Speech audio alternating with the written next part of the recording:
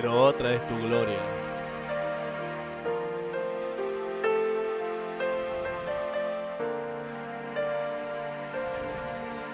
Tu poder viene por la fe.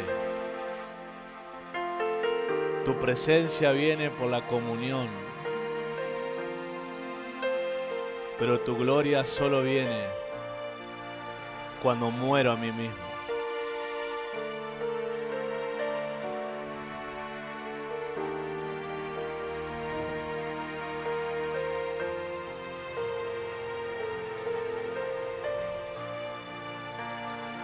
Y estás restaurando tu gloria en la iglesia, Señor. Estás despertando entendimiento de que fuimos llamados y alcanzados para hacer tu voluntad. Que nos rescataste de un sistema corrupto, de un linaje corrupto, de una familia corrupta, para hacernos tus hijos, tu linaje, tu sangre, tu descendencia, representante de tu corazón.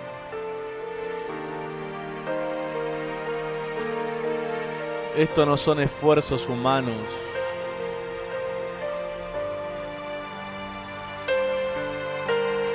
Esta es la respuesta honesta de un corazón que ama al Señor.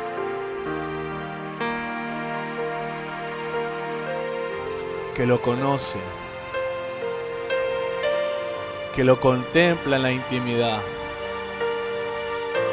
Tu conocimiento es tan poderoso y tan atractivo que ha hecho que reyes se quiten la corona y la tiren a tus pies y se humillen. Has hecho que reyes se despojen de sus ropas reales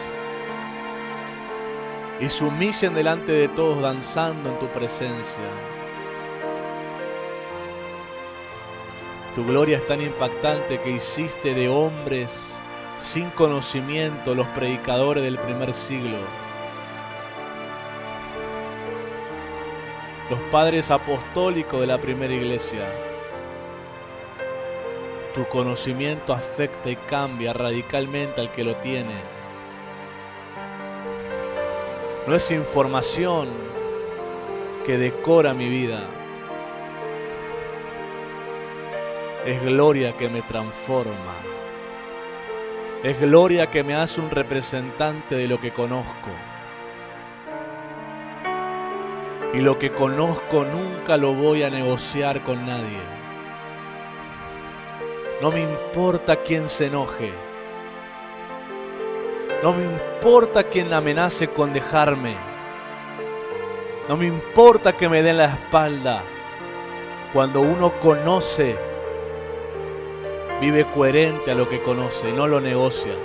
Y no lo cambia por ningún hombre. Porque hay algo, hay un precio en esa gloria que es sacrificio.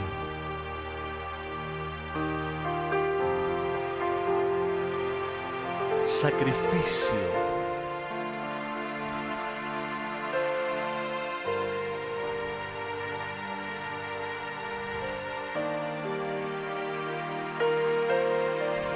Oro que encuentres corazones que estén dispuestos a sacrificar.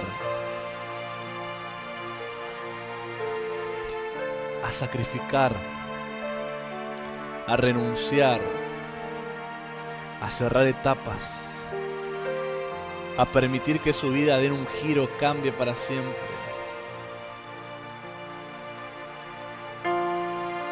Que abran las puertas para que entre el Rey de Gloria.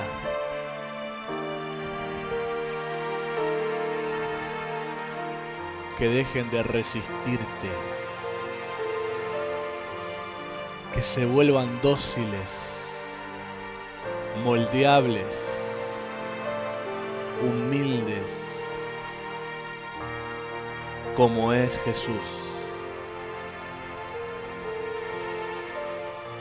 Oro que la unción de tu palabra, Señor, nos ministre, nos convence, nos guíe al sacrificio que esperas de nosotros. Porque tengo en claro que todo sacrificio no es pérdida, es ganancia en tu reino. Y 100 veces más darás al que sacrifica para honrarte. Te doy gloria, honra y honor, Padre, Hijo y Espíritu Santo, en el nombre de Jesús. Amén y amén. Un aplauso al Señor en esta noche. Amén.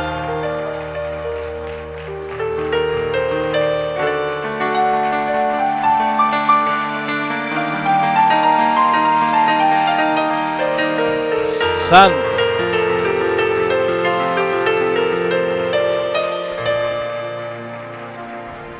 Pueden tomar sus lugares. Quiero que todos me levanten los que tienen donde anotar. Quiero ver los anotadores. ¿Dónde están los anotadores? ¿Verdad? Todos tienen que tener anotadores. Los que asisten tienen que tener anotadores. Levanten la mano los que ayunaron.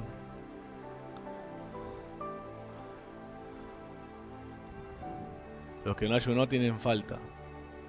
Usted sabe que yo le expliqué que esto va a ser como el colegio.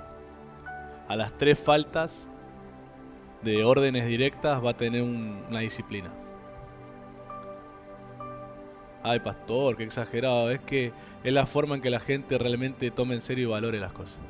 Porque si lo dejas hacer lo que quieren, hacen lo que quieren. Para que aprendan así a tomar en serio. Si no, el consejo ya está dado, quédese en su casa y tome mate. Los jueves son para gente que quiere cambiar, quiere profundizar su vida de fe. Y esto va para hasta los servidores. Yo si tengo que poner un grabador con casero no tengo ningún problema. El que no tiene ganas de venir a aprender, que se quede en la casa. ¿Verdad? Porque es muy importante hacer esto.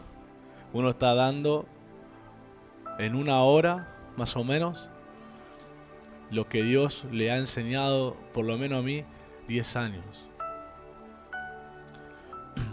Y eso no se puede despreciar por las ganas que uno tenga.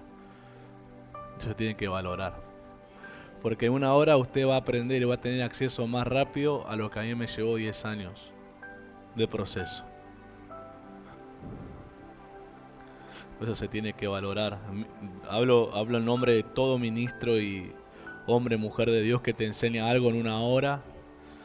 Ellos lo vienen masticando hace muchos años y a ellos les costó sacrificio aprender eso. No lo sacó de Google y lo transcribió y te compartió algo. A ellos les costó lágrimas, días y semanas en que Dios guardó silencio y no entendían los tiempos.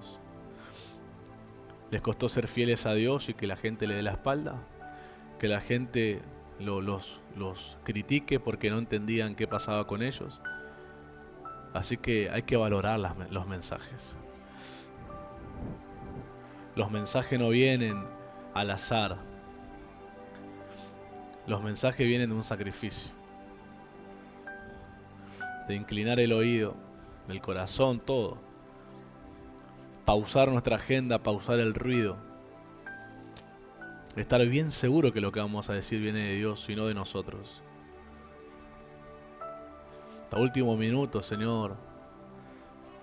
Mi oración siempre es, Señor, lo que está escrito, pero si quieres ministrar algo, hacémelo saber. No subo diciendo, yo escribí esto y esto voy a decir. Entonces eso se tiene que honrar. Y se tiene que honrar con las disciplinas que damos. Cuaderno, anotador, ayunar ese día y venir con ganas. Porque así como a nosotros esas enseñanzas nos cambió la vida, nos dimensionó, nos sacó de ser creyentes ordinarios. ¿Qué es un creyente ordinario? Un común y corriente que no hace nada, no afecta nada, solamente está informado de cosas, pero no En cambio, estas enseñanzas a nosotros nos han dimensionado a ser creyentes extraordinarios. Aunque parezca una palabra muy importante, ser extraordinario significa estar fuera del ordinario, estar por encima de lo ordinario, hacer cosas que realmente Dios le agrada y quiere. Eso te lleva a un costo, te lleva al costo de la crítica del mediocre, del que te dice demasiado, exagerado, que te predican a un Dios barato, te predican a un Dios irresponsable, a un Dios que es miserable, te predican a un Dios, obviamente digo a Dios con letra minúscula, ¿verdad? El Dios que se inventaron de acuerdo a la personalidad que tienen. Ellos son miserables y son lo que son, y ellos te critican en base a esa vara del Dios inventado que tienen. En cambio, el que conoce no negocia, y ese es el gran precio. Cuando vos conocés de Dios, del Espíritu Santo, vos te volvés una persona que no vas a retroceder a la ignorancia que tenías antes. No vas a volver a la religiosidad que tenías antes. Cuando Dios te abre el entendimiento y te hace comprender algo de Él, vos te volvés una persona de un valor que, como te enseñé la primera introducción, te peleas con quien sea. Ay, pelear, somos hombres de paz. Sí, no hablo de ir a los golpes, no hablo del insulto. Hablo de no entregar lo que acabas de aprender, de defender tu territorio. Y la mente es un territorio. Cuando Dios te renueva el entendimiento, vos no podés, por cariño a alguien, o porque esa persona no quiere pagar el precio de aprender y se quiere quedar en mediocridad y en religiosidad y en ser alguien miserable, vos porque le tenés cariño, simpatía, vos también, bueno, yo tampoco aprendo, porque el amor de Jesús lo amo. Uno se pone a defender. Y está el que te va a seguir, al que vas a contagiar, al que va a ver el efecto en tu vida, los cambios en tu vida, y la verdad él se va a interesar porque va a ver obras, hechos, va a ver cosas reales, va a ver que no son palabras, va a ver que hay poder, va a haber cambios notorios, y te va a querer seguir y va a querer aprender. Quizás se vuelva un discípulo tuyo, a quien tengas que impartirle, enseñarle, y otros por lo mismo te van a odiar, porque tu entendimiento renovado expone su ignorancia, expone que son gente que no leen la Biblia, exponen que son gente que no oran, expone que son gente que no ayunan, porque vos lo estás haciendo y la gente ve la diferencia entre el que ora, estudia la Biblia, ayuna, y el otro que habla mucho, lo ven tan seco, lo ven tan criticón, lo ven que siempre tiene a la gente metida en la boca, pero no para orar por ellos, sino para hablar mal de ellos. Y la gente dice, pero pará, a vos te veo de una manera, y al otro lo veo en otra manera diferente. Entonces el otro te odia por eso. Porque cuando vos eras ignorante como él podía ser el tuerto en el país de los ciegos. Él podía ser el rey, el que decía que era el más ungido de la congregación. Pero cuando aparece uno que realmente busca a Dios, y Dios se le mete adentro y está sobre él y está con él, y la gente dice, es diferente, el otro te odia porque sin decir nada estás exponiendo su mediocridad. Vos no te estás comparando con él ni con ella. No está ni en tu mente hacer eso. Pero solo por vivir como se vive el Evangelio, con revelación, con entendimiento, el otro que no lo vive, que tiene solamente una apariencia, la gente se da cuenta que es un falsificador y te odia por eso. A Jesús lo odiaron los fariseos porque Jesús expuso que no tenían poder. La gente mismo dijo de Jesús, este enseña como quien tiene autoridad y no como los fariseos. O sea, los nombraron, diciendo, ahora que este hombre apareció con el Espíritu de Dios y nos empezó a enseñar cosas de la vida desde la Biblia, nos damos cuenta que los que a nosotros nos venían enseñando están peor que nosotros. Y lo odiaron a Jesús por eso. Jesús nunca, en ese principio de su ministerio, nunca los enfrentó después. Pero en el momento que Jesús no empezó a señalarlos. Él empezó a enseñar. Pero como tenía la vida de Dios en él, la gente notó una diferencia. Dijo, este habla como quien tiene autoridad. ¿Qué significa autoridad? Jesús les gritó, les pateó la cabeza, no. Lo que él hablaba, la gente percibía coherencia con lo que él vivía. En cambio, en los religiosos, nunca se sintieron ellos conectados porque el muerto se asustaba del degollado. Y a mí me pasa que hay gente que me habla de Dios y no conecto con ellos. Porque es un muerto que me quiere corregir algo que no puede corregirme porque ni él o ella lo cambia. Por eso cuando vos conocés, hay varas a las que te someten que a vos, diría el argentino, quizás de los más antiguos dicen esto, ¿no? Ni fu ni fa. Te criticó fulano. ¿Quién? Ni fu ni fa. Su vara es mediocre. Su vara es de un hipócrita. Por mí, que él me diga, significa que voy bien. Triste fuera que él me halague. Ahí estoy frito. Cuando uno conoce, aprende a no detenerse en conversaciones con, diría el argentino, en una lengua callejera. No te detenés a hablar con fantasmas, ¿verdad?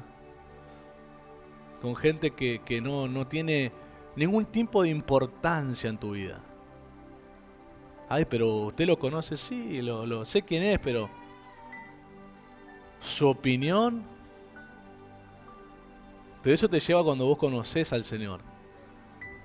Porque si no lo conocés, te agarrás de los pelos y le retrucás y le reenviás y ponés y ponés algo y entre paréntesis aclarás como diciendo es para vos, ¿verdad? Esos son gente que no conoce al Señor, que se enrieda en discusiones. Me dicen, fulano te criticó, fulano te puso esto por vos. ¿Quién es? Ni fu ni fa. Eso solamente expone que lo que yo predico, lo que yo enseño o lo que ven en mí les molesta porque ellos lo intentan pero lo fingen. Usted tiene que caminar bajo esos lineamientos de Dios. ¿Qué es eso de detenerse a discutir con gente que no tiene el Espíritu de Dios? El que tiene el Espíritu de Dios te va a llamar aparte y te va a hablar con vos de frente si tiene algo que decirte. Cuando vos te enterás que alguien lo habla por tu espalda, no tiene el Espíritu de Dios, por más evangélico que parezca. Así que vos no tenés pero ni que ir a preguntarle ni golpear la puerta qué dijiste, porque vos sabés que lo que quieren es eso, es conflicto, discusión. Vos, bueno, ok. La palabra rema para vos esta noche es ni fu ni fa. Cuando vos aprendas a mostrarte así, vas a ver que van a dejar de llevarte chisme de habló fulano de vos, mengano dijo esto de vos. A veces hasta es mentira y el que te lo lleva es el que se divierte con vos. Solo para verte la cara y divertirse porque son gente mala, gente malvada, que disfruta, ¿verdad? Entonces conocer la gloria de Dios no solamente tiene que ver con lo que podemos manifestar de Dios, como te enseñé, sino que también te añade sabiduría para vivir la vida. Yo me tuviera que detener a hablar, a discutir, a agarrarme de los pelos con toda la gente que ha estado disconforme conmigo, entonces yo estaría todo arañado ya, moreteado, mordido, capaz me faltaría algún diente, tendría algún pedazo de carne menos. Porque si vamos a ir a la violencia, ¿verdad? Pero hay guerra que la he ganado en silencio, sin responderle. Doblando mis rodillas y hablando con Dios. Y ahí sí le presento nombre y apellido de lo que dijeron de mí. Ay, usted es Kiko orando. Acúsalo con tu papá. Pero a mí la Biblia me enseñó que sea Dios al que le presente mis peticiones con oración y ruego. Digo, Señor, fulano está diciendo estas cosas de mí. Trátalos. Y si estoy un poco enojado, los crucifico a la cruz. Y si estoy más enojado todavía, respiro. Porque sé que Dios nos dio autoridad a lo que tenemos conocimiento y no quiero decir una declaración que después me pese cuando se me pase el sentimiento. Pero que uno conoce que tiene autoridad para decirlo, lo sabe que sí. Por eso es muy importante la restauración. Creo que todo creyente que comienza... Pasa que algunos de ustedes comenzaron en congregaciones donde no creían en estas cosas. Pero acá sí.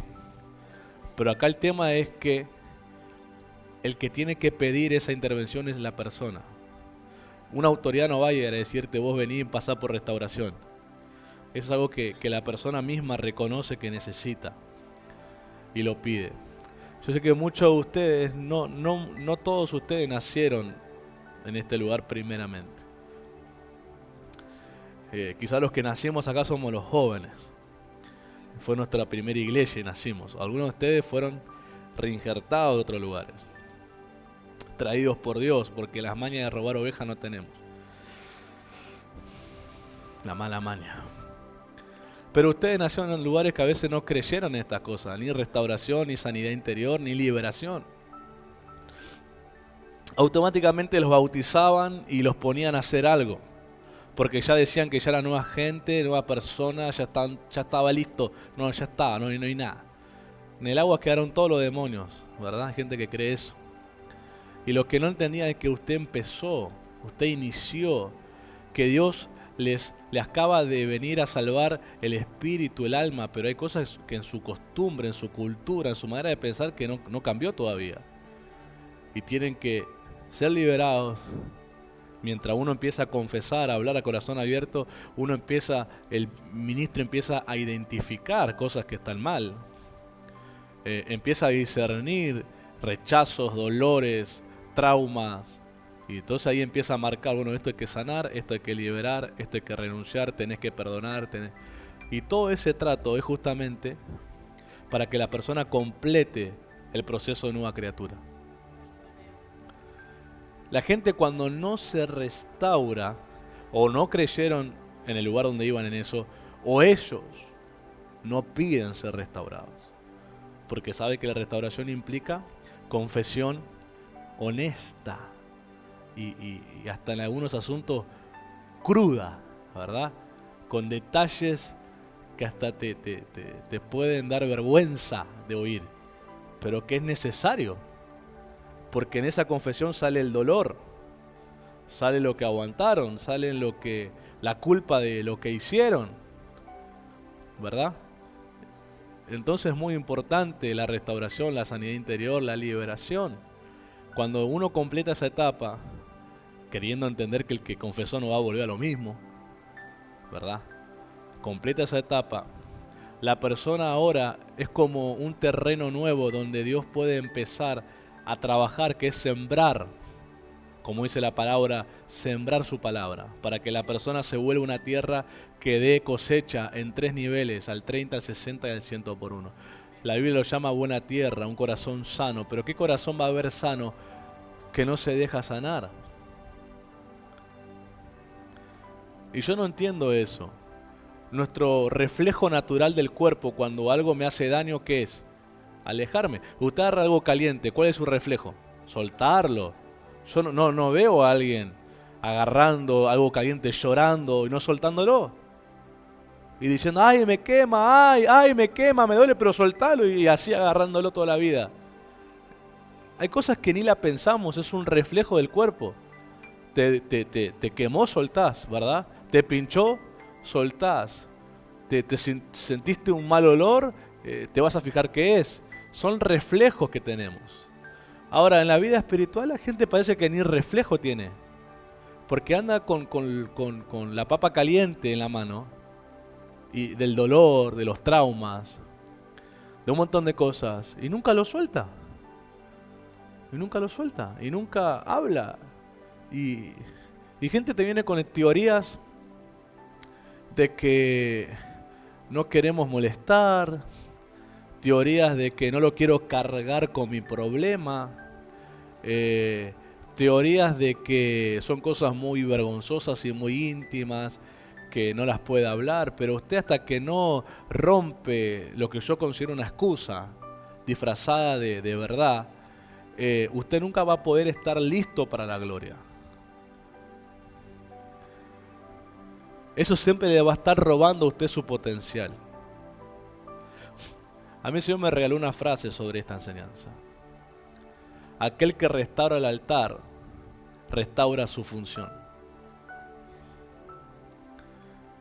Si no tenemos altar, somos gente que no podemos funcionar. Ni aunque tengamos ganas, ni aunque tengamos el mayor deseo de hacerlo. Porque el altar es la base para el funcionamiento nuestro. Es más, el altar, la vida de altar, te demanda ser alguien coherente con lo que vas a vivir. Te demanda ser alguien que sacrifica en el altar. El altar te demanda ofrenda. El altar no te dice si tenés ganas. El altar te demanda, para que él se mantenga activo, te demanda ofrenda. Y la ofrenda del altar tiene un nombre bastante extremo, que es sacrificio. Un sacrificio es una ofrenda que pierde su vida. Así de crudo es. En la antigüedad, ¿verdad? En el tiempo del tabernáculo, el tiempo del templo, el sacrificio era un animal. Y cuando lo llevaban, ¿verdad? Ese animal, para volverse sacrificio, tenía que perder su vida. Lo que entregaba era su vida. Cuando el animal entregaba su vida, que lo degollaban, la sangre de él no se perdía. Ponían una vasija, un recipiente, en donde el animal perdía su sangre. La sangre de él se recolectaba. ¿Por qué? Porque la ofrenda de ese altar, de ese animal que entregaba su vida para hacer el sacrificio y que Dios lo tome como una ofrenda, la sangre de ese animal era lo que se usaba para purificar otras cosas. Su sangre no servía si él no entregaba su vida. Pues si no, solamente lo cortaban, le sacaban sangre en un lugar que no muriera y la usaran. No, para que la sangre de él tuviera sentido, tenía que él haber entregado su vida. Para que la sangre que el sacerdote iba a rociar al altar, iba a rociar sobre diferentes partes del templo, iba a rociar sobre personas para consagrarlos al ministerio, como fue en el caso de Aarón, el primer sumo sacerdote, y sus hijos. La sangre del animal que usaban era el que entregó su vida. ¿Por qué crees que la única sangre que salva es la de Jesús? Porque fue el único que entregó su vida. La sangre de Jesús tiene valor y vigencia después que él entregó su vida, no antes. Antes Jesús les dio a sus discípulos su nombre para echar fuera demonios. Usted habrá leído la misión de los 70 y la misión de los 12. Le dio su nombre. En mi nombre echarán fuera demonios. Cuando él dio su vida, nos dio su sangre. Se perdieron. Nos dio su sangre. Porque ahora la sangre del que dio la vida es legal para hacer muchas cosas. Entonces, para que el linaje que muchos de nosotros decimos tener, que somos hijos de Dios, hijo del reverendo Miller, y no sé cuántas cosas más, que nos gusta chapear, ¿verdad? Yo soy evangélico 40 años cuando se pelean los evangélicos. Otro te dice, yo estuve cuando la primera Reina Valera se entregó. Y chapean. Pero mira, esa sangre con la que vos querés chapear no tiene nada de valor si vos no entregaste tu vida en el altar. Es puro bla bla bla, es pura palabra, puro palabrerío, puro hipocresía. Porque no entregaste tu vida, entonces todo lo que decís tener no tiene valor alguno, no representa nada. Y quieren que me meta más, no sé si profundo, pero más realista. Porque ya sigo muy profundo, sueno muy místico, o muy Josué. Y no quiero parecerme a Josué mucho.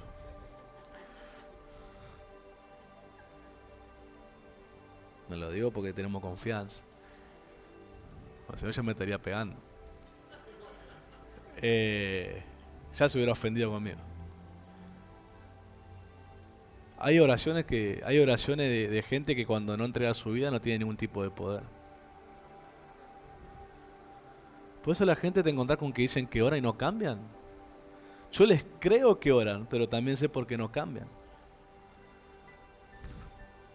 No es que no creo que no oran. No creo que la gente sea tan cara dura decir oro y no ora. Pero debe haber algún cara dura. Pero vamos a ponerle que le creemos. Yo confieso mis pecados, pero otra vez lo hago. Y yo le creo que confiesa su pecado. Y le creo que lo hace otra vez por la cara que anda. Anda con cara de culpa, cara de cordero degollado, ¿viste? Escondiéndose. Viene un profeta y se mete bajo la silla. Porque tiene miedo que le descubran lo que hizo. Pero también sé por qué no pasa, por qué no hay un cambio, por qué no hay una liberación, por qué no ha entregado su vida en el altar. Entonces, si no entregas tu vida en el altar, lo que vos querés hacer del altar no tiene ningún tipo de poder. Es ilegal, porque el altar solo identifica las obras de alguien cuando entregó su vida en el altar. ¿Se entendió? Así era con el animal. Ahora yo le pregunto, ¿esos animales eran más sabios que ustedes? Parece que sí. Porque no hay ningún animal en el registro de la Biblia que le mordió la mano al sacerdote y salió corriendo.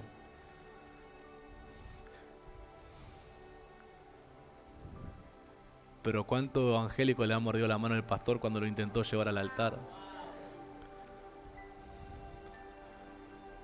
Mientras el pastor hizo una tarea más pastoral del sentido de dar de comer y dar de beber,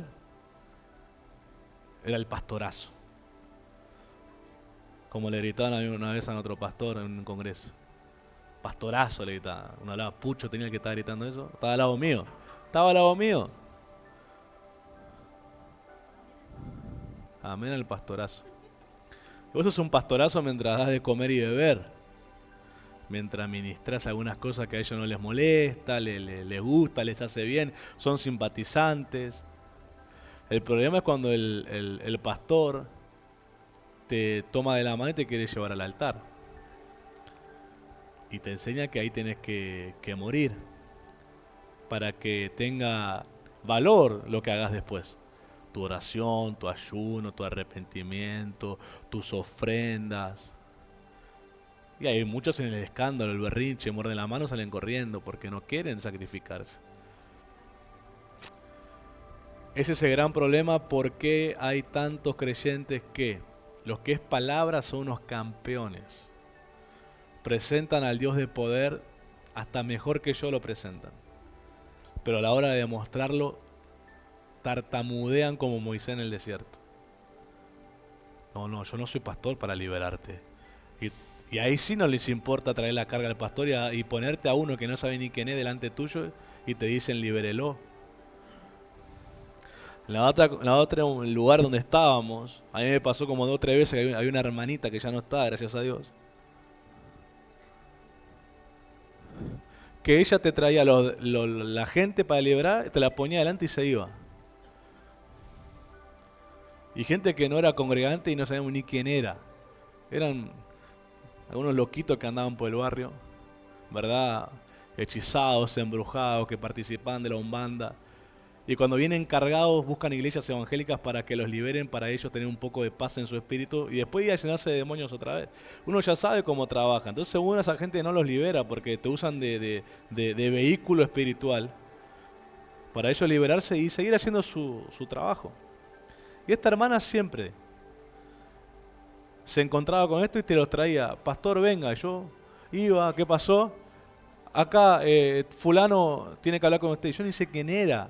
Y empezaba a decirme cada cosa y que me quiero bautizar acá, que acá me tengo que bautizar. Yo decía, mira, yo lo ponía un freno y lo mandaba a la casa.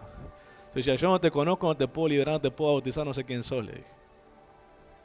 Pero hay gente así. Hay gente así que se maneja. Son muy buenos en lo que dicen, pero a la hora de demostrar, no tienen nada de poder para hacerlo. Pues son personas que siguen escapándole al altar y no tienen un altar restaurado. Entonces la gente que dice que ora, que ora, que ora, lo que tienen es un lugar de oración, pero no un altar. Porque el altar, cuando está establecido, restaurado y está alimentado con sacrificio continuo, esa persona siempre va a tener poder para hacer algo en Dios. Siempre va a tener poder. No hablo de experiencia, va a tener experiencia. Depende ya de Dios, la sensibilidad y la comunión de la persona, cuántas experiencias y cuán seguida va a tener. Pero lo que sí va a haber poder, el sacrificio, que Él está muriendo a cosas. A partir de ese momento, a lo que acaba de morir, el reino de Dios le entrega poder para gobernar sobre eso que Él renunció. Y por eso cuando se encuentra con individuos que estaban atados o están atados a problemas que Él murió en el altar, Él tiene la autoridad para liberarlos, para restaurarlos, para sanarlos.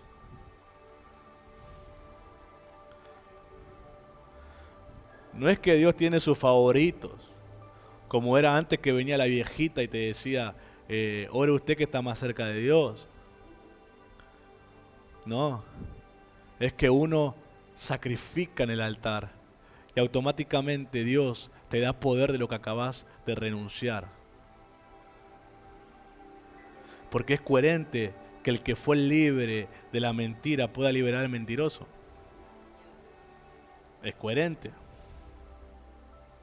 Es coherente que el que renunció a ser violento pueda ser alguien que libere gente violenta. Que alguien que renunció a la miseria, que era una cultura en su cabeza, pueda ser gente que libera gente de la miseria. Gente que renunció al orgullo, sea una persona que puede liberar a otros de orgullo. Es coherente porque el altar te hace vivir una vida coherente. Ahora, ¿por qué la gente es incoherente? Y no se entiende que presenten a un Dios de poder y no tengan el poder de ese Dios para manifestarlo. Porque no murieron a los que deben morir. Y ya no son ignorantes, ellos saben que tienen que morir. Pero no lo hacen. Por eso el altar se tiene que restaurar en la vida personal y a la vez en las congregaciones. Porque hay congregaciones que para sonar más bonito, a este lugar lo llaman hoy escenarios o plataformas. Pero el altar, el diseño de altar se tiene que restaurar para que los que suben a el altar sean gente que estén exigidos en estar muertos a ellos mismos. Porque si no, lo que vamos a tener es gente que se pavonee de lo que tiene y no están muertos a ellos. Y más que tener un redil de ovejas fieles que siguen la voz del Señor, vamos a tener un gallinero de gallinas turulecas. Nerviosas, histéricas, que se picotean entre ellas y que se roban los huevos entre ellas y se pelean por el gallo.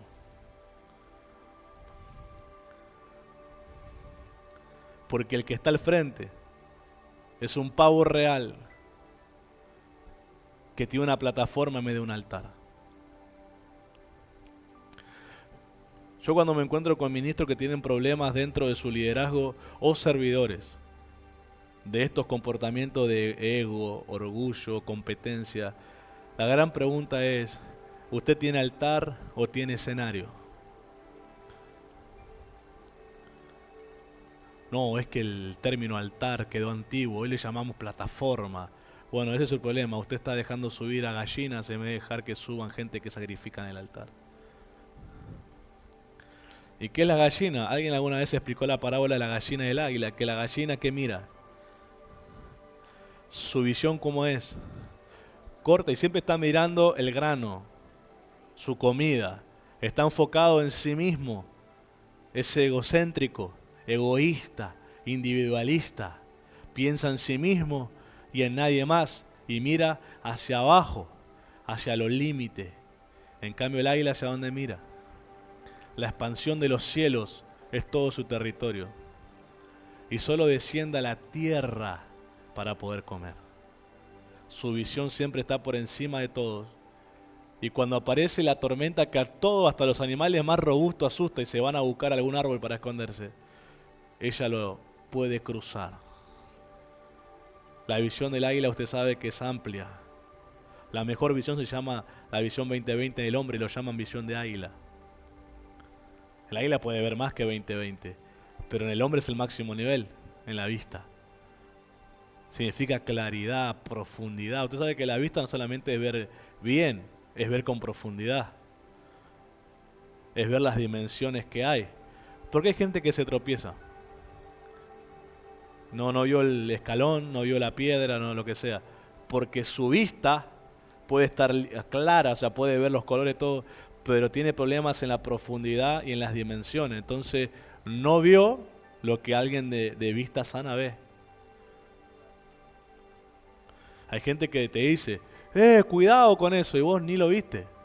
Para vos era parte del piso. Y era un pedazo de piso levantado o un tronco o algo, y usted por su vista no lo vio. Y mucho porque se hacen los coquetos y no usan los anteojos. Pero aún otro con anteojos. Porque no solamente es ver claro, es ver la profundidad y la dimensión.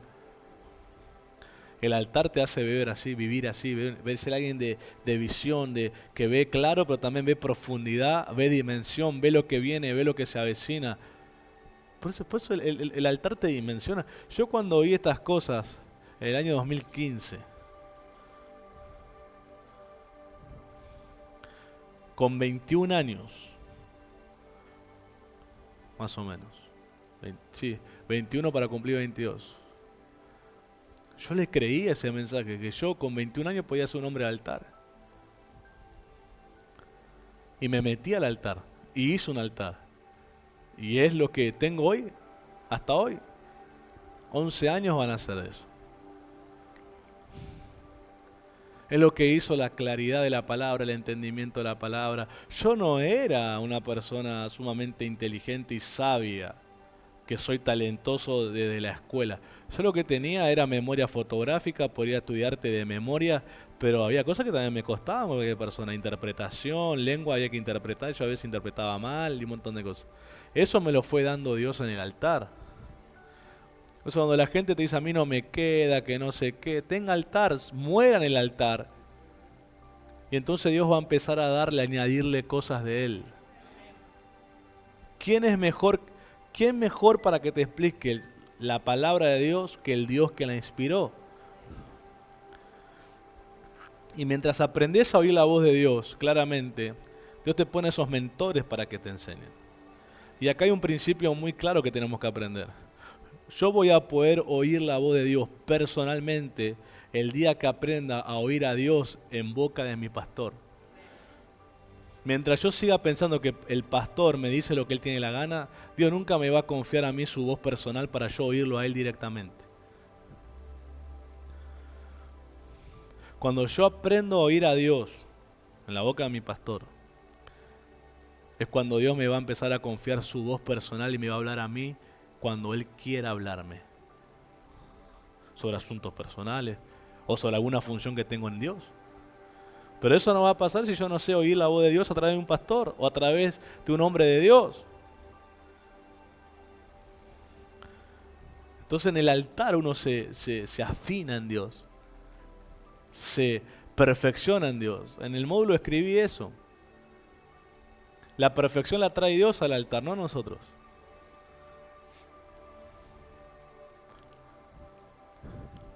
Yo empecé el altar siendo el más ignorante, el más defectuoso, un montón de cosas que cambiar, muy iracundo, de muy poca paciencia, más pasión, o sea, más ganas de servir a Dios que sabiduría para hacerlo. Y aún así Dios me recibió el altar y me ha ido perfeccionando. Entonces no hay excusa. El tema es que hay que morir en el altar. No una vez, siempre. Cada vez que el altar te haga entender que hay cosas en tu vida que deben morir, la respuesta nuestra tiene que ser sacrificarlo. Ayer, por ejemplo, en la administración, después que Josué enseñó y dijo, bueno, vamos a orar. Al principio no había fuerza de oración acá, era murmullo. ¿Sabes lo que me dijo Dios sentado ahí? Me dijo, postrate y hacé vos lo que yo quiero que ellos hagan. Porque ustedes los ministros son la puerta por donde yo entro, me dijo. Así que no espere que ellos lo hagan, porque algunos de ellos todavía son ignorantes. Yo tengo 40 años, cuidado. 40 años de ignorante también. Y me tiré al suelo. Y empecé a clamar. Junto con otros ministros, yo no soy el único. Cuando empezamos a clamar los ministros, por donde Dios dijo, yo entro a través de los ministros, pues son representantes míos. Fue cuando el volumen de la oración del pueblo empezó a subir. Porque antes estaba abajo, era un murmullo, era era el Chavo del 8. Pero luego empezó a subir. Y se empezó a sentir una gloria y una presencia que empezó a llenar. Porque Dios espera de los que tienen conocimiento que tome la iniciativa. Es lo mismo que usted siendo padre de su hijo que está en etapa de crecimiento y de aprendizaje. Usted espere que él haga lo que usted no le enseñó. Y usted se enoja. ¿Por qué no hiciste esto? Yo no sé qué puedo hacer eso. Entonces Dios exige de los que tienen conocimiento que tomen la iniciativa. ¿Por qué Joel manda a llorar a los sacerdotes y no a todo el pueblo? ¿Por qué Joel dice lloren los sacerdotes ministros del Señor entre la entrada y el altar?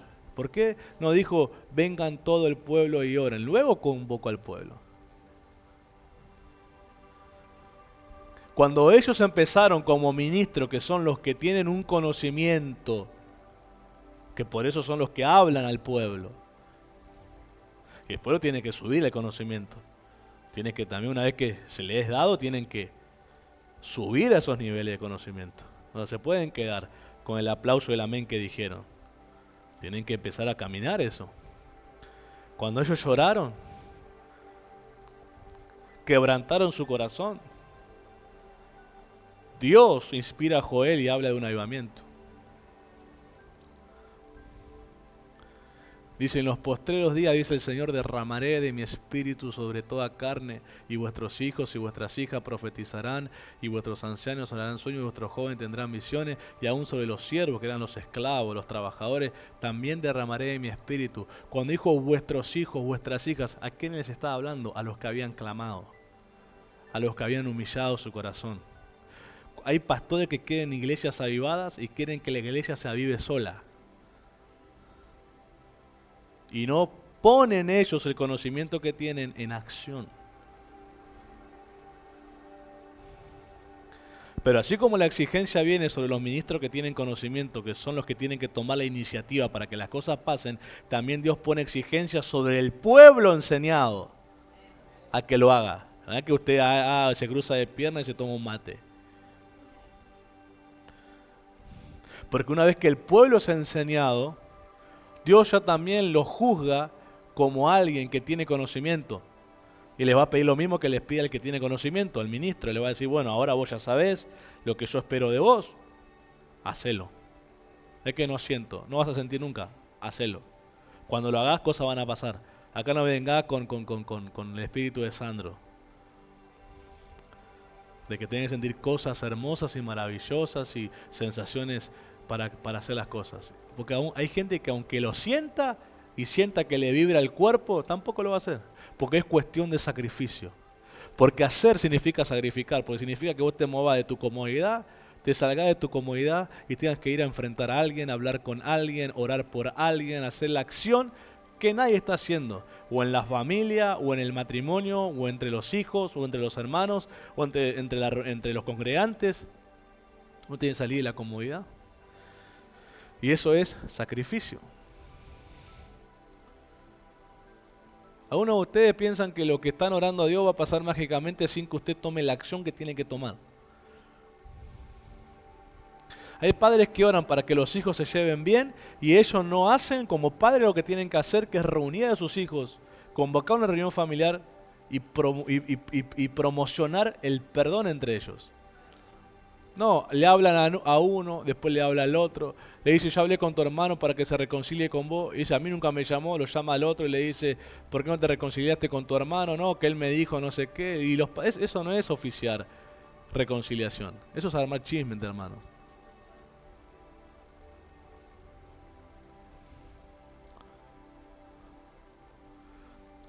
Ay, ¿por qué hago eso, pastor? ¿Por qué meto la pata? Porque te falta morir en el altar, porque tenés más carne que espíritu.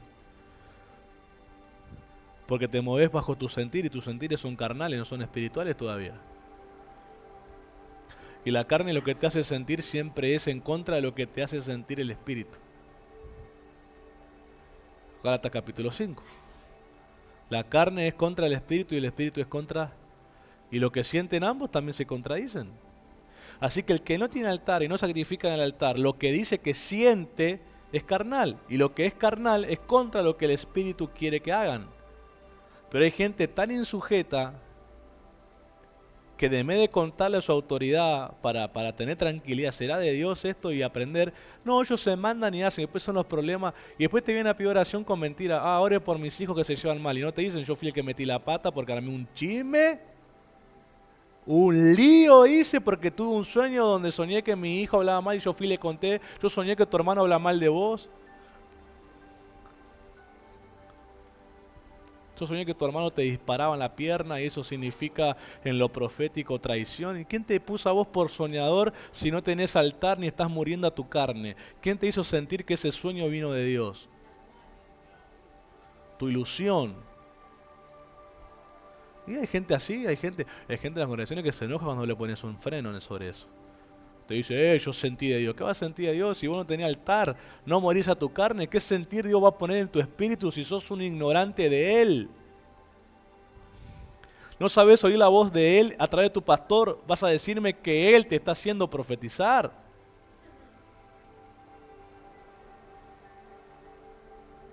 Y lo que le van a decir al pastor es que no lo dejan crecer.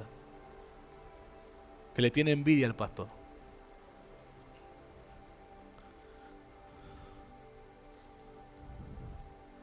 ¿Qué envidia voy a tener? De que sos un problemático, que armás haciendo lío en el nombre del Señor. más que envidia, me da vergüenza. Ajena de lo que oigo que haces. Tan callados de este lado. Acá serán soñadores raros, ¿no? Acá serán que... ¿Usted leyó el módulo?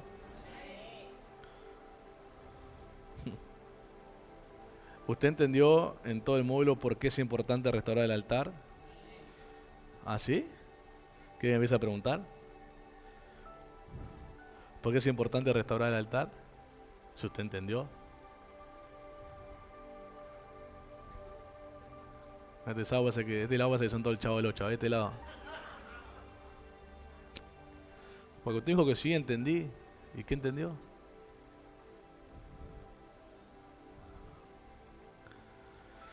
¿Cómo era? Dicen algunos. Acá no es releerme lo que yo escribí. Acá es lo que uno entendió de lo que leyó, no es releer lo que está escrito. Entender no es releer lo que está escrito, entender es poder tener una explicación de lo que leyó. Ahí se ve que uno leyendo, ya cumplí, amén. Y no hacen como nuestro apóstol nos enseñó de meditar y leer y hacer preguntas. Les voy a dar un secreto que aprendí en el colegio. Para entender un texto hay que hacerle preguntas. Si usted dijo amén, no entendió nada de lo que leyó. Porque el amén es una afirmación. Tiene que hacer preguntas a lo que leyó. Entonces su mente va tomando comprensión de lo que lee. Entonces usted pregunta, se hace preguntas, se llama preguntas retóricas, o sea, una pregunta que usted mismo se está haciendo. ¿Por qué tengo que restaurar el altar? Entonces usted dice, y porque el que restaura el altar está invitando a Dios a vivir a ese lugar. Ah, ok. ¿Por qué es importante tener altar? Y porque altar significa tener una relación con Dios. Significa que le doy prioridad a Dios. También significa que Dios va a encontrar un lugar ahí para poner su gloria.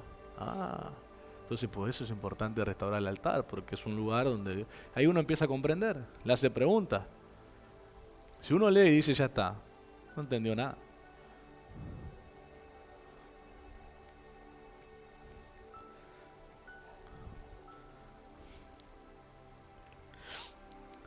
El altar, hay altares que hay hombres de Dios que lo hicieron en la Biblia, que lo hicieron con piedras. Y el altar que se hacía con piedras generalmente se hacía con 12 piedras, porque representaban cada piedra las 12 tribus de Israel, pero también el número 12 significa gobierno divino, gobierno de Dios. Por eso usted vio que Jesús eligió a 12 cuando salió el ministerio, inició con 12 discípulos, porque significaba el gobierno que él iba a traer, administrado por 12 discípulos, ¿verdad? Entonces el altar representa eso, tiene que ver con gobierno, tiene que ver con establecer el pacto de Dios. Cuando un hombre de Dios tiene altar, lo que está haciendo es que Dios tenga memoria del pacto que hizo en Cristo Jesús. ¿Qué es que Dios haga memoria? Que todas las promesas que están hechas en Cristo Jesús, Dios tenga memoria de cumplirlo en ese altar.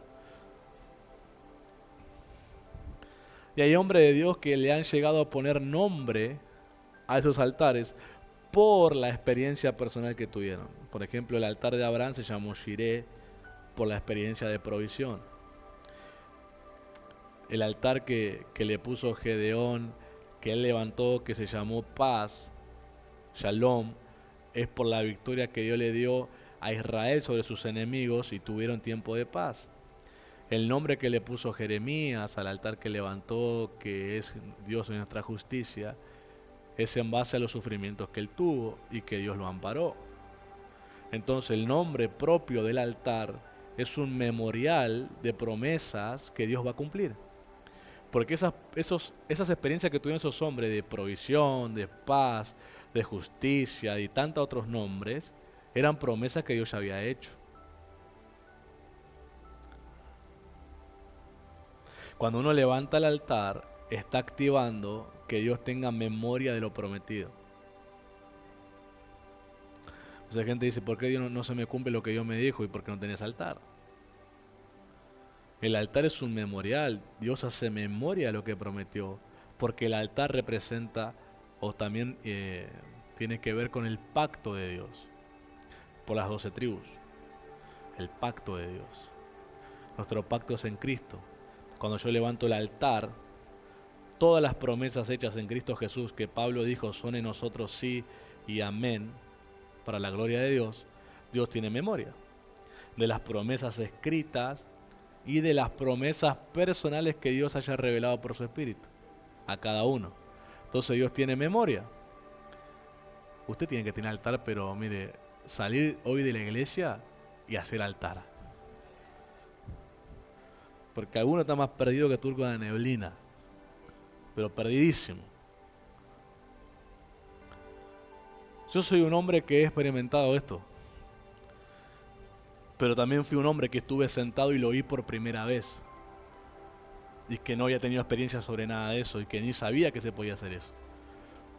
Así que yo estoy y conozco las dos caras de la moneda. El que escucha por primera vez y no tiene ni idea ni experiencia en eso. Y el que ahora está del otro lado de la moneda, que luego de haber practicado y esperado pacientemente, ha tenido experiencias con Dios sobre eso. Y he tenido muchos testimonios con Dios que no voy a ponerme a contar porque no me da el tiempo ni el horario para hacerlo.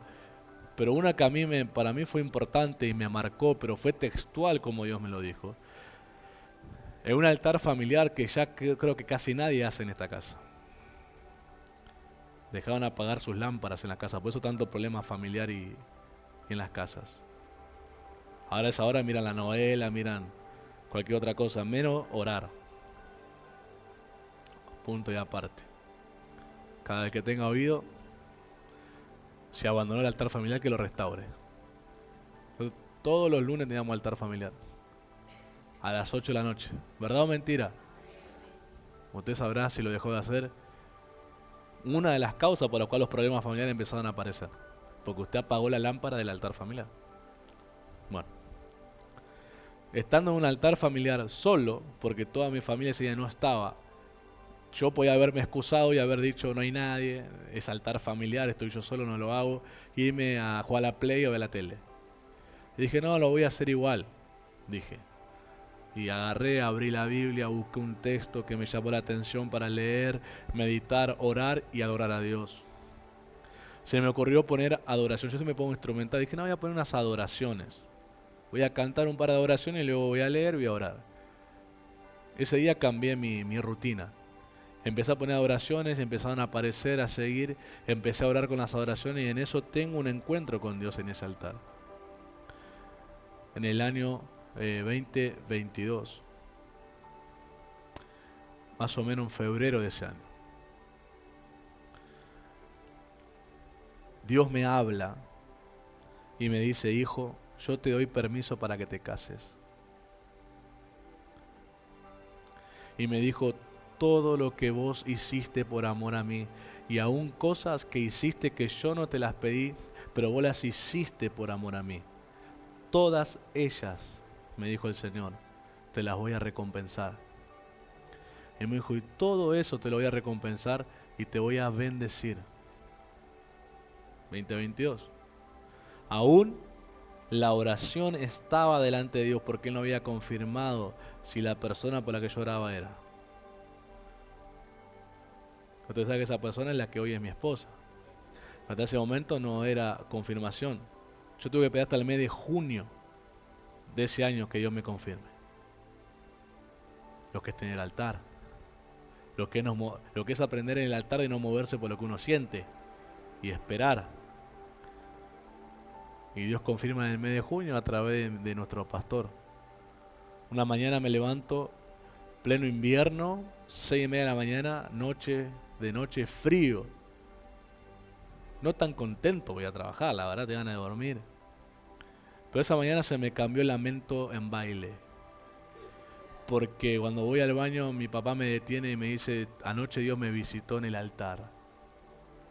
Y mientras oraba por cosas, Dios me visitó y me dijo algunas cosas y me dijo, Señor me confirmó y me dijo que la persona por la que estás orando la tomes por esposa. El altar ha marcado mis decisiones. Por eso las decisiones que yo tomé en el altar nunca fracasaron. Hubo voces que se levantaron poniendo duda. Nunca les hice caso.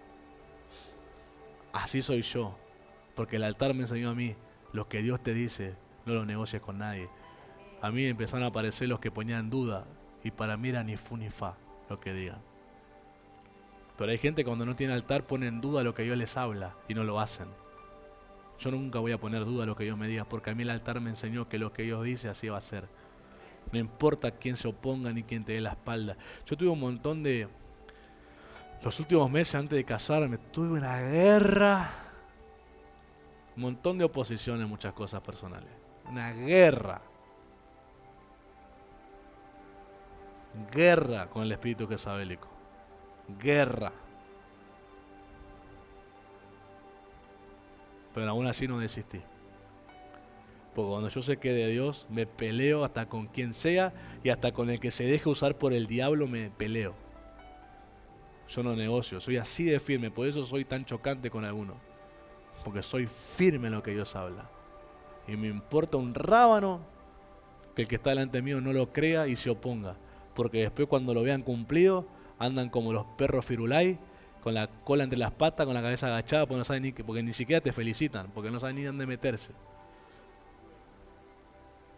Pero a mí, ¿de dónde yo saqué ese coraje? Del altar. De conocer. Dios hace memoria de las promesas. Dios dijo, todo lo que te prometí te lo voy a cumplir.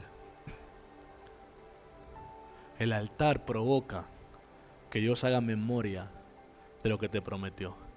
Que Dios haga memoria no significa que Dios se olvidó, se acordó, es cierto, existe un hijo mío por allá.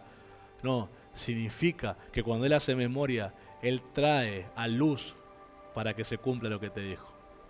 Cuando Dios le pide al sumo sacerdote, al diseñador, que le haga 12 piedras, un pectoral, 12 piedras, con diferentes piedras que representaban cada tribu, Él dijo, ¿para qué? Para que cuando Él se presente delante de mí, yo haga memoria de las tribus de Israel.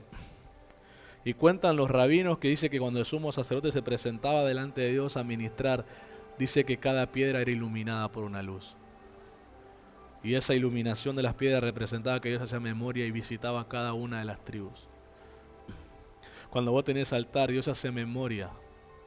Hoy, esas tribus representaban hijos. Fueron los hijos de Israel, los hijos de Jacob. Cuando uno tiene altar, uno en su corazón lleva a su descendencia. Cuando uno tiene altar y se acerca a Dios y sacrifica a Dios y adora a Dios y parece el único de la familia que lo hace, no importa, porque vos en tu corazón estás cargando a tu descendencia. Estás cargando hasta tu ascendencia si vos sos hijo y tu padre no buscan de Dios. Vos estás cargando tu linaje. Y Dios hace memoria por el que va al altar. Por eso cuando en el año 2017 Dios me visita, luego de mi mayor fracaso ministerial, que fue en San Juan, cuando fui por primera vez en el 2017, y fui como el predicador principal de la afiche que estaba en el medio, de la foto más grande. Y así como de la foto era grande, así fue grande mi ego cuando fui. Y Dios no se movió. Y yo me sentí tan avergonzado. Imagínense, estaba predicando en una iglesia grande y un cuarto de la iglesia se levanta y se va cuando estoy predicando. Yo sentí un cachetazo en mi rostro en ese momento. No supe qué hacer, me quedé nulo en la mente. Intenté confrontar la actitud. Pero era Dios dándome una lección. Vuelvo muy avergonzado, no quiero hablar con nadie. Ese año viajamos en avión y estábamos en el avión. Me pongo unos auriculares y me pongo a escuchar una canción. Me acuerdo una canción que se llama El nombre de Cristo levantaré, que tiene 2 partes la canción. Y estaba escuchando una parte donde decía, cantaba El nombre de Cristo levantaré y hablaba oigo un ejército que se levanta. Yo estaba ahí por llorisquear porque estaba avergonzado. Y Dios me empieza a tratar, pero ahí no fue el encuentro. Cuando llegamos a nuestra casa a la noche más o menos y dormimos, y al otro día en la tarde tengo mi altar, Dios me visita. Yo avergonzado me tiré al suelo y digo, Señor, ¿qué pasó? ¿Por qué no te moviste? Empecé a cuestionar a Dios y Dios me visita, me confronta mi actitud obviamente, me enseña cosas, pero me empieza a decir el Señor, quiero que me levantes una generación profética. Y yo le dije, yo te voy a levantar si vengo de mi mayor fracaso. Quiero que me levantes una generación profética. Y me dice, yo te doy el ministerio de la libertad. Yo le conté el otro día. Y yo pensaba que la libertad era liberación, expulsión de demonios. Y mientras yo pensaba eso, imagínense cómo fue el encuentro con Dios y cómo es real. Que mientras yo pensé eso, Dios me corrige y me dice, no solo liberación, me dice. Vos vas a ministrar la libertad en todas las áreas, me dijo.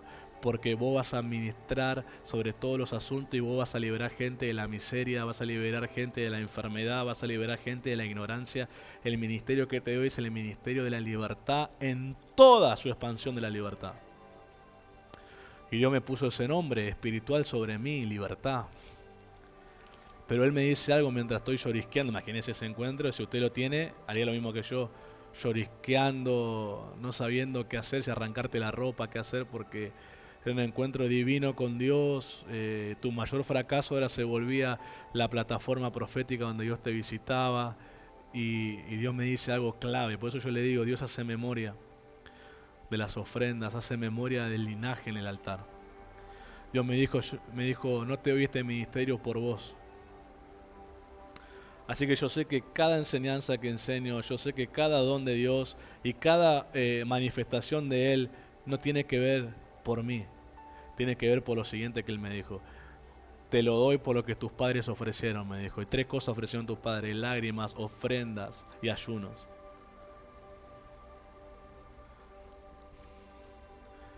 Cuando mis padres presentaban ofrendas, lágrimas y ayunos era cuando yo estaba apartado.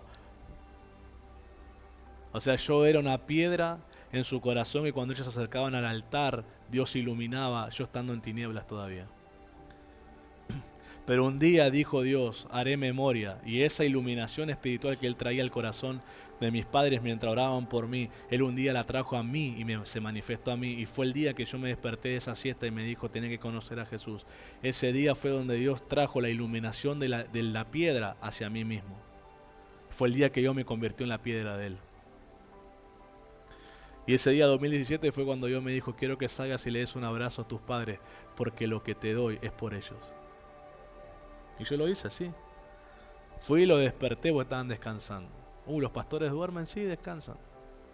A veces están cansados. Fui y lo desperté en la tarde y le di un abrazo y le digo, Dios me dijo esto.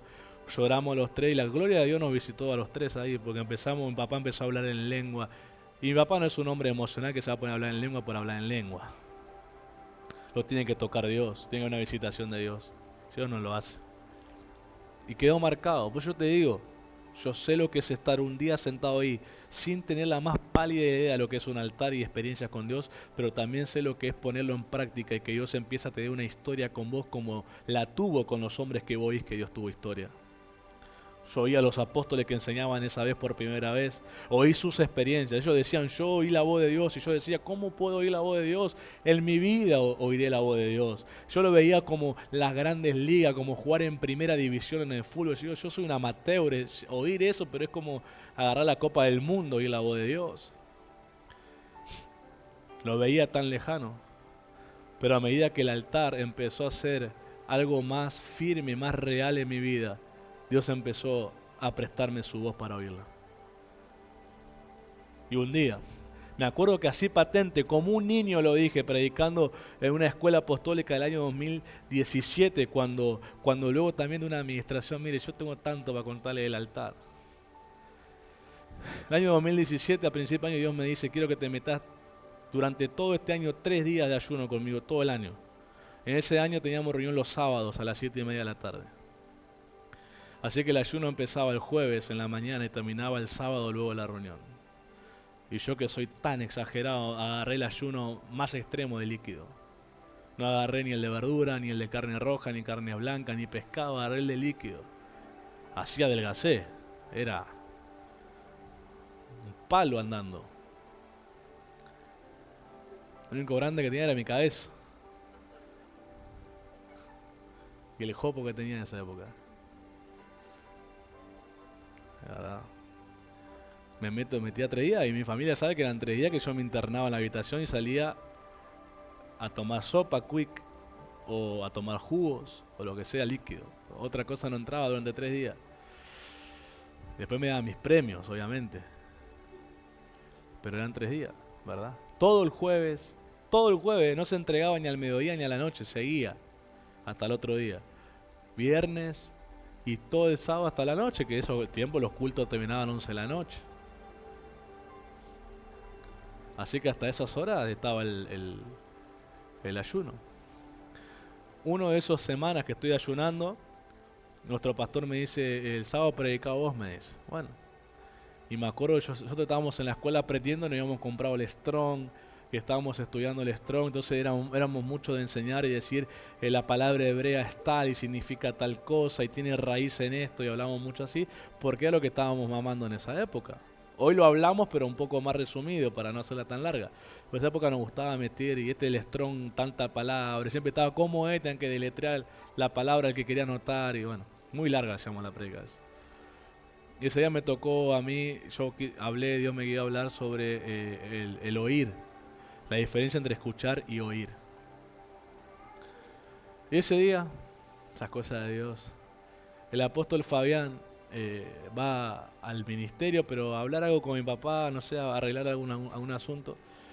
Y no se iba a quedar, porque solamente fue a hablar y se iba. Y él dijo, no creo que me quede, tengo que hacer cosas. Y yo estaba, bueno, el apóstol Fabián era el director de la escuela, imagínense, para mí me temblaba toda la rodilla, que no se quede, ore, que no se quede. Subo al altar, me toca a mí predicar 7:30. No, 8 menos cuarto, 8 de la noche te dan. Media hora le metían. 8 de la noche te dan para predicar. Subo a las 8 y el apóstol no se había ido. Y a los minutos que estoy predicando sale y se queda parado ahí. Yo empecé, ni lo miré en toda la enseñanza. Y empecé a hablar, bueno, ministré, empezamos a orar. Yo me recuerdo que Dios desató una gloria ese día. Empezamos a ministrar y a liberar y Dios me guió así a ministrar sobre eso. Me acuerdo que Dios usó a nuestro pastor para ministrar a una hermana que no podía quedar embarazada. Tuvo un hijo pero había perdido otro y no podía quedar embarazada y Dios ese usó a nuestro pastor y una palabra. Hay un ambiente ese día se había desatado. Fue la primera vez en mi persona, y yo con mucha humildad, que yo vi al apóstol Fabián en una enseñanza de administración quebrantarse. Y me acuerdo que estaba la columna del altar, ¿verdad? ¿Usted se acuerda del otro? Estaba la columna ahí. Y el apóstol se apoyó sobre esa, sí, se apoyó y empezó a llorar. Bueno, gloria a Dios, porque no tiene nada que ver conmigo, tiene que ver con Dios.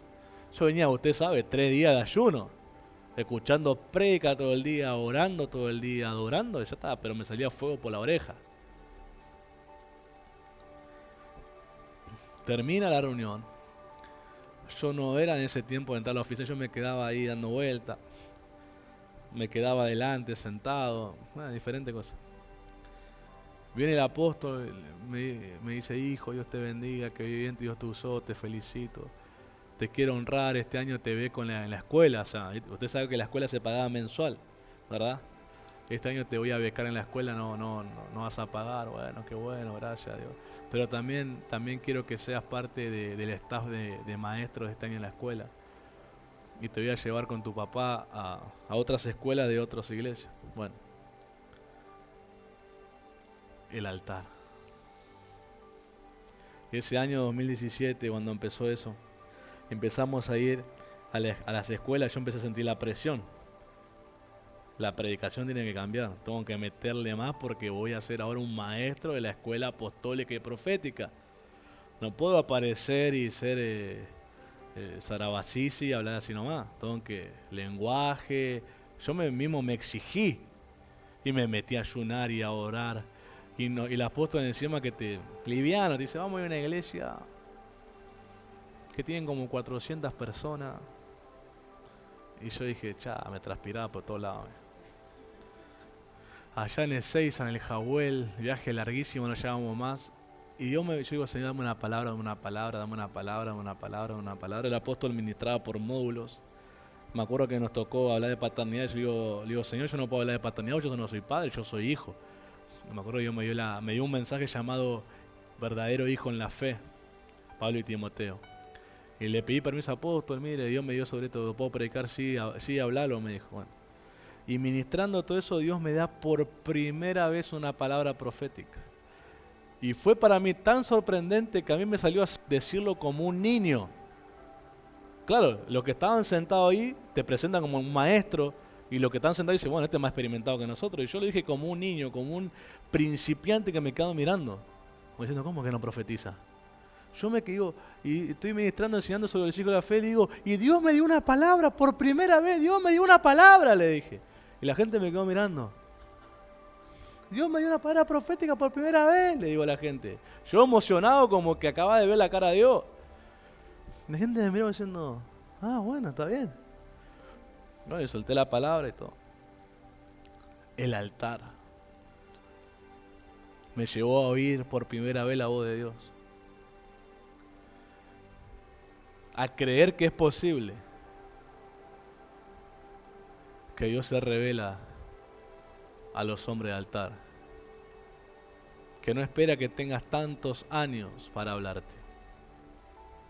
Él ve el sacrificio. Yo en esa época sacrificaba tanto, pero tan extremista era yo sacrificando que hasta a veces me decían, che, ¿no estás exagerando? Yo sacrificaba todo en el altar. Todo. Que hasta me querían parar a veces. Yo dejaba hasta mi voz en el altar. Yo salía difónico de mi altar. Yo cuando predicaba me quedaba media prédica sin voz. A veces hubo una prédica donde no pude predicar más porque no tenía voz. Pues yo gastaba mi garganta en la predicación, gastaba mi garganta en la oración. Y después me empezó a madurar y a entender que no era el grito, pero era tanto lo que yo quería servir que yo entregaba todas mis fuerzas para orar a Dios. Dios ve todo eso. Por eso una vez le dije a alguien, todos somos candidatos a un puesto, pero preguntarle a Dios por qué me puso a mí, no a vos. Porque después pasa que la gente, no sé por qué, pero entra algo que quieren competir, o no sé por qué, les entra como, ¿y por qué fulano? ¿Por qué él tiene ese llamado, tiene eso? Y la respuesta es el altar, lo que yo hago en el altar, no lo hace otra persona. Lo que sí, hay gente que le ha dado cosas a Dios, no estoy diciendo que soy el mejor, que se quede claro. Estoy diciendo, Dios me puso donde me puso porque he hecho cosas que otros no han querido hacer. Esa fue mi respuesta a esa persona. Y yo habré hecho cosas que vos no quisiste haber hecho. Yo sí lo hice.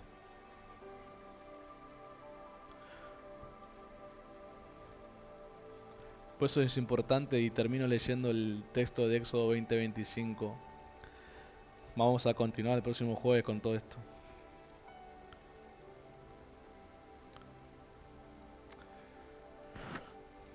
Éxodo 20:25, la Nueva Traducción Viviente dice, si usan piedras para construir un altar, que sean piedras enteras y en su forma original. No den forma a las piedras con ninguna herramienta, pues eso haría que el altar fuera indigno de un uso santo. Tremendo este texto.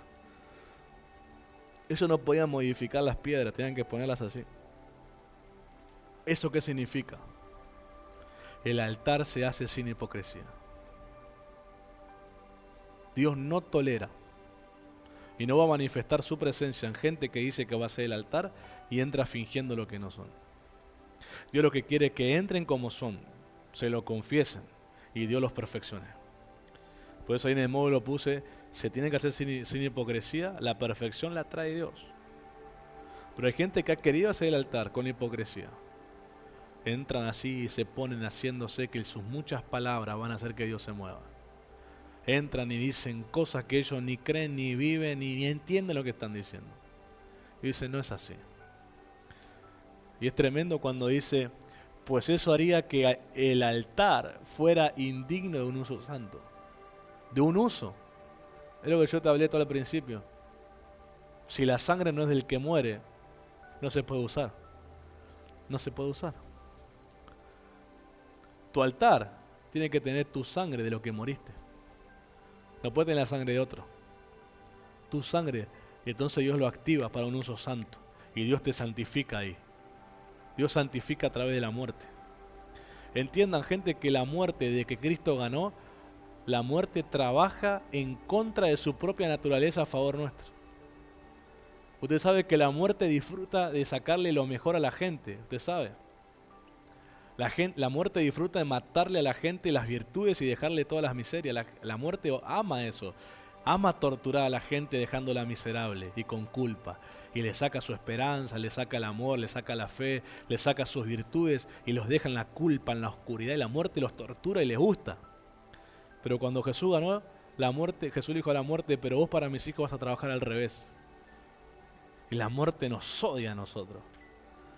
Porque ella tiene que usar y llevarse lo miserable nuestro y dejarnos lo bueno. Nada. Creo que esa me la tenga que haber guardado para el próximo juego y aplicarla mejor. Pablo dijo que la muerte actúa en nosotros para que en ustedes actúe la vida. A los corintios le dijo, ¿qué es eso, Pablo? ¿Qué cosa rara, Pablo? ¿Qué lenguaje raro, Pablo, que tenés vos? ¿Cómo que en ustedes los ministros la muerte actúa para que nosotros nos actúe la vida de Cristo? Porque la muerte viene, se lleva lo miserable de nosotros, se la tiene que llevar. Ella no quiere dejar y llevarse lo bueno, pero dijo, no, dice Jesús, llévate lo malo de ellos y déjale lo bueno. Y la muerte a regañadiente tiene que hacer lo contrario. Ella nos encantaría torturarnos, pero tiene que llevarse lo malo y no tocarnos lo bueno. Por eso Pablo dice, para nosotros el morir es ganancia. ¿Cómo la muerte es ganancia? Solo en los cristianos la muerte es ganancia. Solo en los que tienen altar la muerte es ganancia. Porque ahí es la única vez en que la muerte tiene que actuar al revés de lo que actúa con otros. A los otros les saca todo lo bueno y les deja lo malo para que vivan culpables, torturados y en tinieblas, vacíos sin ganas de vivir y deseen morir para que ella los vaya a buscar. En cambio en los cristianos se tiene que llevar lo malo, sacar la basura por nosotros, llevarse lo malo y dejarnos lo bueno, y cada vez estamos más perfeccionados en Dios. Eso hace el altar. Eso hace el altar. Por eso cuando usted tenga altar y ponga adoración, no se ponga adoraciones que a usted le eleven sus virtudes. Si usted diga que usted es el ungido, que echa fuera demonios. Usted póngase canciones que lo haga humillarse. Hoy a ustedes les tengo una sorpresa para hoy y para el próximo jueves. Porque me cae un poco simpático. Voy a sacar 2 tesoros de mi altar personal, 2 canciones de mi altar personal. Hoy vamos a escuchar una para ministrar, el otro jueves otra. Usted va a oír que son canciones que no te dicen vos sos el campeón, el que profetiza, que echa fuera demonios. Usted escuche eso en otro momento, cuando quiere danzar para Dios. Pero en el altar usted escucha adoraciones no melancólicas. ¿Qué sería de mí si no? O cansado del camino, sediento, vengo arrastrado como un gusano. No melancólica. Sí que lo hagan humillarse, que hablen de la humillación. O que en todo caso exalte a Jesús y no a usted. Porque hoy hay muchas canciones que se exaltan a sí mismos. Somos profetas y somos jinetes en el caballo blanco. Hay momentos para esas canciones para administrar eso, pero en el altar es un momento para humillarse. El altar no es para exaltarnos, es para humillarnos. Eso te va a hacer estar tranquilo cuando Dios te use en poder. Está tranquilo, ¿verdad? Así que Dios los bendiga a todos los que han compartido la enseñanza con nosotros. Espero que esta enseñanza les haya educado, guiado y que usted pueda levantar un altar como a Dios le agrada, sin hipocresía, como usted está, pero queriendo conocer y buscar a Dios. Dios va a traer la perfección a su vida. Que Dios te bendiga.